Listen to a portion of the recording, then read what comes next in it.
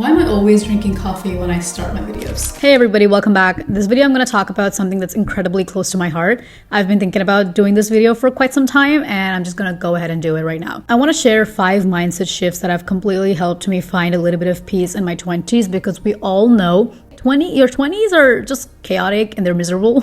Let's just be honest. We can feel like this overwhelming of pressure, these expectations. I want to be better than that person. I want to be better than everybody around me. You know, just like a lot of overwhelming thought processes, changes, just not being able to understand what the fuck is happening to me. There's just so many things happening, right? And I find that having this ability to kind of train my mind to do things I wanted to do has really helped me. And I want to share a couple of these mindsets. So let's jump into it. The first mindset shift that I've had is I don't compare myself to anyone anymore. I grew up with social media. I remember when I was in my teenage years, I grew up in a semi-strict household and I wasn't allowed to go to parties. Great job, mom and dad, because I don't want to party. But at that age, I felt like, I would look at my friends' stories and think, wow, these people are having the time of their lives. Why can't I do it? My life is miserable. I am so miserable, but thank you, mom and dad. Like, I don't want to party. But I do look back now and I think those were some of the greatest decisions that my parents made for me.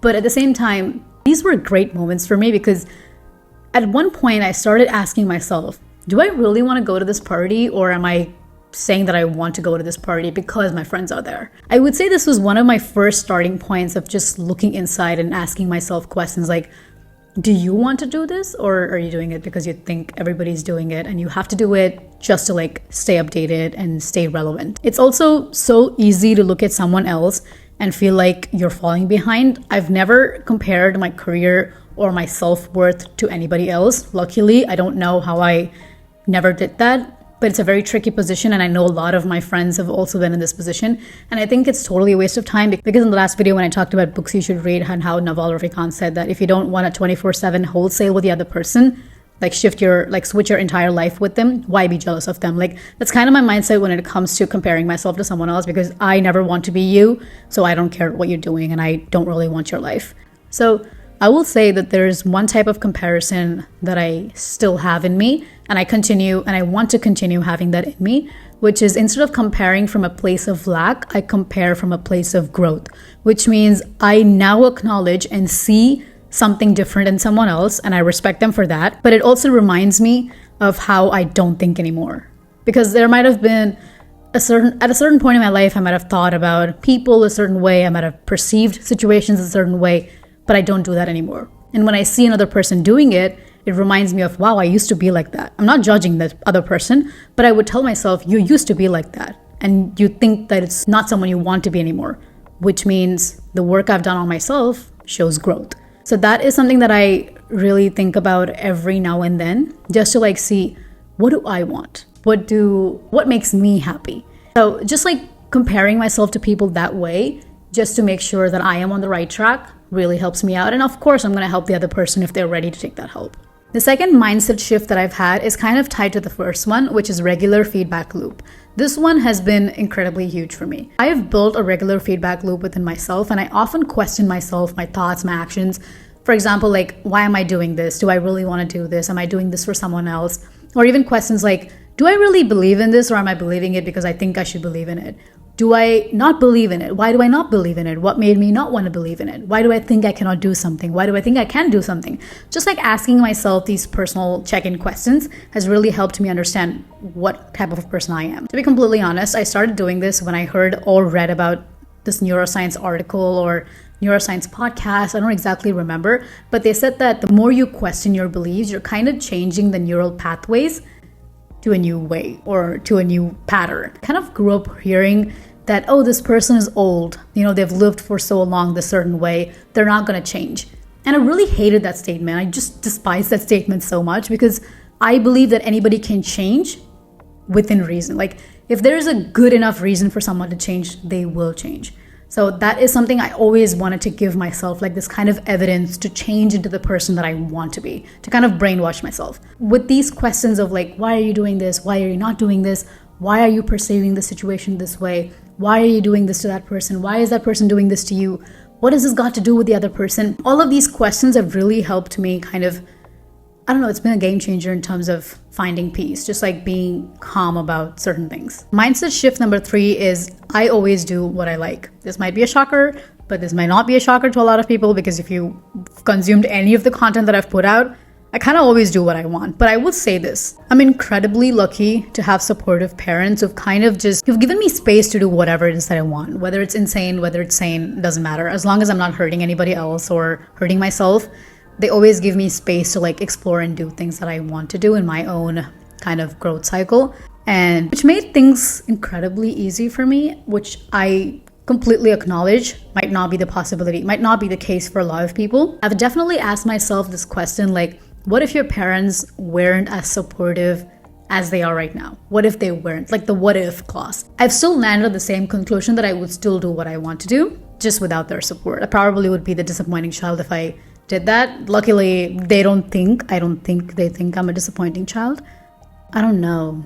This is like opening up a whole new avenue for me. With that being said, I'll also say that I torture a lot of people asking them for their opinion, their thoughts on a lot of different things, which I also kind of think makes a lot of people think that this girl cannot make her own decisions at all. It's not true at all. I love always coming to conclusions just with my thought process, but I do think it's interesting to like get the 2 cents from someone else, just to like see if there's something else that you're kind of forgetting about, because that can definitely help you kind of reshape your mind, which I love playing with my mind that way. I deliberately don't follow a lot of opinions that I get, only because I believe that people talk to you or give you advice from what they've been through, their experiences, their limitations, their perspectives, and which might not always be, kind of applicable to you. So what I do believe in is when someone's especially saying something negative, like, I don't think you should do this, I don't think it's going to work out, I kind of hold up a mirror in between us, like not literally, but just like imagining a mirror between us. And I assume that they're talking to themselves.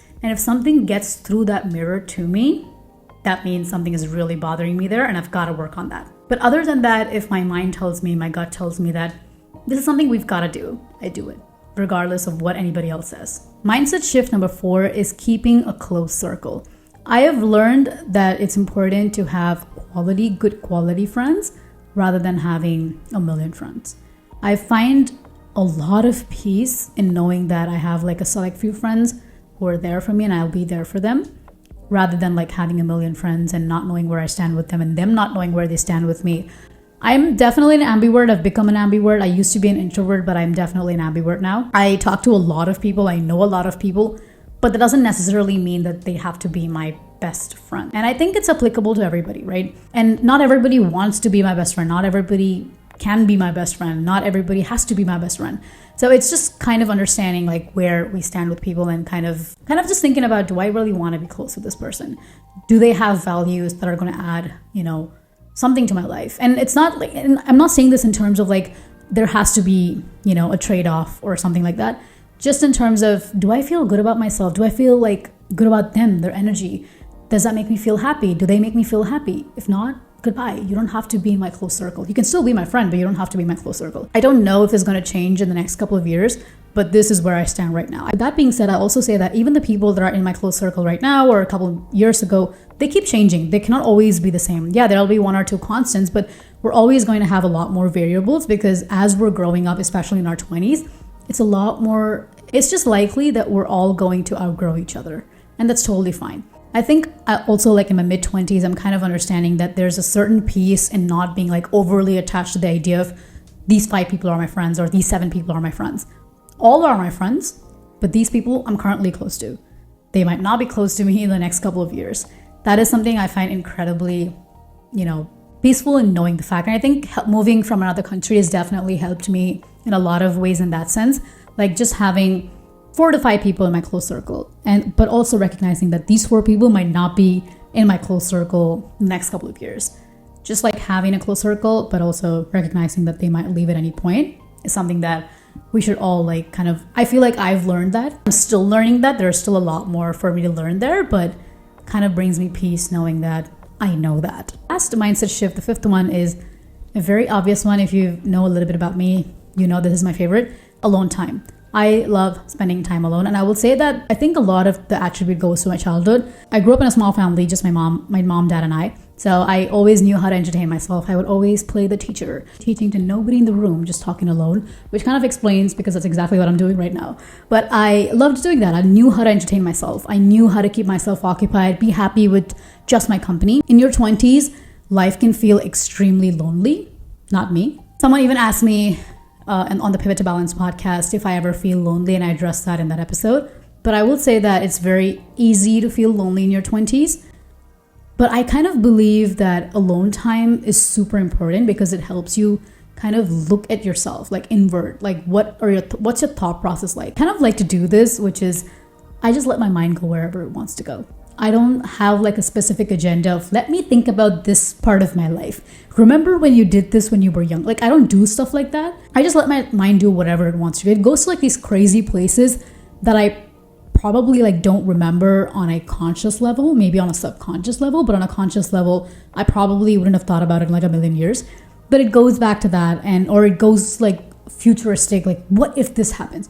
Or what if that is the case? What if you don't exist tomorrow? Like stupid questions like this come into my mind, and it kind of fascinates me to just go down that path, to just go down that rabbit hole, and then to come out and realize that I just wasted 2 hours of my life. But it's still worth it because I know that my mind has like this infinite end that it can make up anything that it wants to, and it's pretty terrifying but also pretty fun to like just play with that. But again, on the other end, being alone kind of also gives me space to just like understand myself. I'm not saying that I don't scroll on my phone on social media. Of course I do that, but I also love like just sitting and doing nothing. I just love just like wasting time. It's fun. Sometimes you've got to do that. So I really wanted to live alone when I moved abroad because I just knew that it would be more fun, and I do a lot of stuff like this. Having a roommate would just be incredibly disturbing to the other person. So I was very shocked to read that there was a study done where they asked people they gave people an option, like you can either get electrocuted or electric chair. I don't remember what that was called. I don't know how to say it, okay? They did something like that. That was option A. Or option B is you just stay in a room alone with your thoughts. A lot of people chose option A because people are that terrified to be with their thoughts. Understandably so. I have a lot of friends who often call me and ask me questions like, how do you live alone? Like, how do you do this? It's so lonely. I cannot do this. And I completely get that. But I think that's where you've kind of got to like go inward and ask yourself the question of, why am I so scared of my own company? Why would someone else want to be with me if I don't even know who I am? That is kind of the question that I ask myself. I still grew up, with my parents in my house. It's not like I was completely alone. So moving abroad, like completely living alone, definitely made me question a lot of things. But I was never scared. I don't know where that came from. But I always used to like ask myself, like, I'm bored. Fine, just be bored. It's okay to be bored. You don't have to constantly stimulate yourself with something or the other.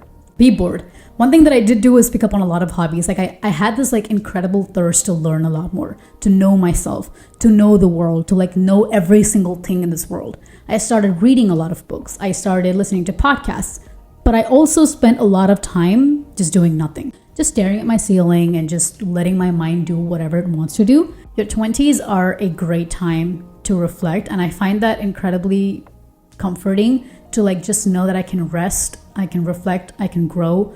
And I'll say that not all self-reflection is easy because there are times when you realize certain things about yourself and you're like, whoa, I did not want to know that.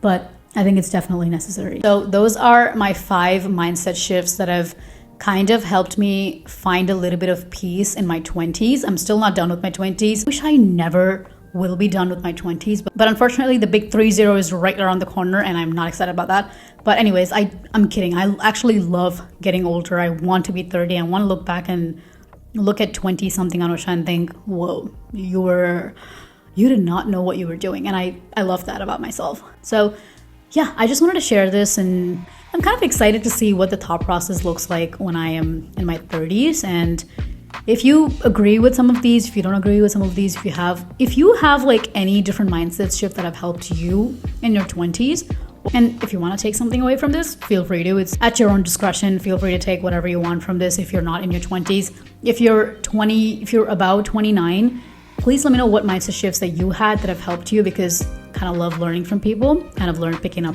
certain things from people, so I'd love to hear that. But yeah, go follow me on all the different things that I do, a lot of different things right here on the screen. I hope you enjoy it, and also get on my newsletter. I'm yapping there every Thursday and Sunday about marketing, and also talk a lot about personal growth, just like I do on the YouTube video. Just go get on the newsletter by visiting anushakanan.com/email list. The QR code to get on the email list will appear right after I say bye to you. So thanks for watching, and I'll see you in the next video. Bye. But I will say this, I do. It's just likely that I will say that, what do you want to say?